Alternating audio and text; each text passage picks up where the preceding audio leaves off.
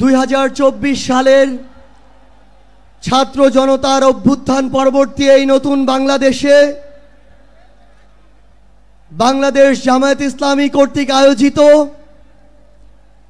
আজকের এই জাতীয় সমাবেশে বাংলাদেশের ছাত্র জনতা, আমার অভ্যুত্থানের সহযোদ্ধা, জাতীয় নেতৃবৃন্দ সকলকে জাতীয় নাগরিক পার্টি এনসিপির পক্ষ থেকে সশ্রদ্ধ সালাম। আসসালামু আলাইকুম ওয়া রাহমাতুল্লাহ। সংগ্রামী সহযোদ্ধারা, অভ্যুত্থানের 1 জুলাই পেরিয়ে আমরা আরেক জুলাই এসে উপস্থিত হয়েছি, কিন্তু বাংলাদেশ থেকে মুজিববাদীদের ষড়যন্ত্র এখনো শেষ হয়নি। গোপালগঞ্জে এখনো মুজিববাদীদের আস্তানা ঘিরে রয়েছে। মুজিববাদীরা এখনো বাংলাদেশের বিভিন্ন জায়গায় সক্রিয় রয়েছে। এই মুজিববাদ একটি আদর্শ। শুধু আইনিভাবে এই মুজিববাদের মোকাবেলা করা যাবে না, আমাদেরকে অর্থনৈতিকভাবে, রাজনৈতিকভাবে, সাংস্কৃতিকভাবে এই মুজিববাদের কোমর ভেঙে দিতে হবে।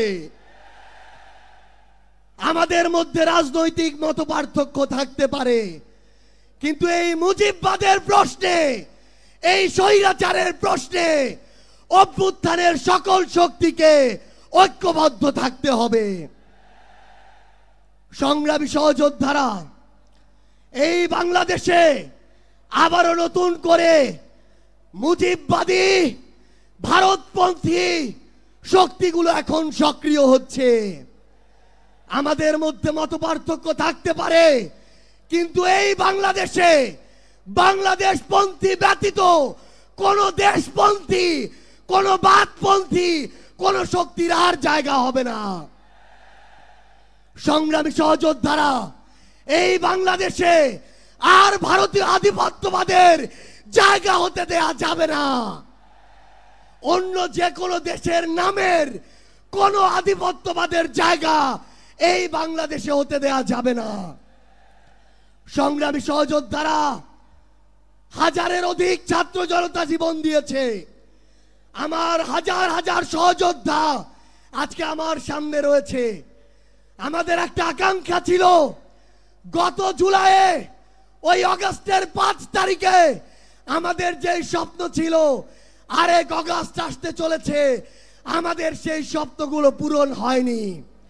অন্তর্বর্তীকালীন সরকারের কাছে আমরা সুশীল সরকারের ভূমিকা চাই না, আমরা তাদেরকে অভ্যুত্থান পরবর্তী সরকারের ভূমিকায় দেখতে চাই। আমরা স্পষ্ট করে বলতে চাই, অভ্যুত্থান পরবর্তী বাংলাদেশে আমাদের বিচার লাগবে। এই বাংলাদেশে খুনি হাসিনার বিচার হতেই হবে, খুনি হাসিনার বিচারের রায় হতেই হবে। খুনি হাসিনার বিচারের রায়ের কার্যকর আমরা দেখতে চাই। আমরা স্পষ্ট করে বলতে চাই, এই বাংলাদেশে বিচার বিভাগকে কোন দলের বিচার বিভাগ হিসেবে আমরা দেখতে চাই না। আইন শৃঙ্খলা রক্ষাকারী বাহিনীকে ক্ষমতার তোষামত করা বাহিনী হিসাবে আমরা দেখতে চাই না। আমরা স্পষ্ট করে আপনাদেরকে বলি, 72-এর মুজিববাদী সংবিধানকে এক পাশে রেখে কোনোদিন এই বাংলাদেশপন্থী বাংলাদেশ সম্ভব নয়। আমাদের নতুন সংবিধান লাগবে, আমাদের গণপরিষদ নির্বাচন লাগবে, আমাদের নারীদের অধিকার আমাদের নিশ্চিত করতে হবে, আমাদের সংখ্যালঘু ভাই বোনদের অধিকার আমাদের নিশ্চিত করতে হবে। আমরা 1947 সালের উপনিবেশ বিরোধী যে আকাঙ্ক্ষা, 71-এর স্বাধীনতার যে আকাঙ্ক্ষা, 24-এর মুক্তির যে আকাঙ্ক্ষা, সেই আকাঙ্ক্ষাকে ধারণ করে ঐক্যবদ্ধভাবে আমাদের আগামীর বাংলাদেশ গড়তে হবে। আমরা স্পষ্ট করে সর্বশেষ একটি কথা বলে যাই, ফ্যাসিস্ট বিরোধী 24-এর শক্তি আমাদের ঐক্যবদ্ধ থাকতে হবে। তবে ঐক্যবদ্ধ মানে এই নয় যে আমরা কারো অন্ধভাবে দালালি করব। কেউ যদি চাঁদাবাজি করে আমরা সেটা মুখের উপরে বলবো, কেউ যদি সিন্ডিকেট চালায় আমরা সেটাও বলবো, কেউ যদি দখলদারিত্ব করে আমরা সেটাও বলবো। তবে আওয়ামী লীগের প্রশ্নে আমরা ঐক্যবদ্ধভাবে আমাদের লড়াই চালিয়ে যাব।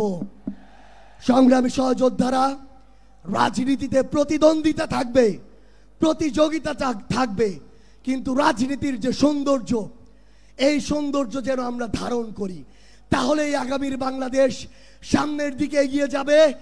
রাজনৈতিক প্রতিদ্বন্দ্বিতা যেন ব্যক্তি আক্রমণে কোনোদিন রূপ না নেয়। ইনশাআল্লাহ ফ্যাসিস্ট বিরোধী 24 শক্তি ঐক্যবদ্ধভাবে আমরা আগামীর বাংলাদেশ গড়ে তুলব। আপনাদের সাথে আমাদের আবারও দেখা হবে লড়াইয়ের রাজপথে অথবা বিজয়ে। ইনকিলাব জিন্দাবাদ।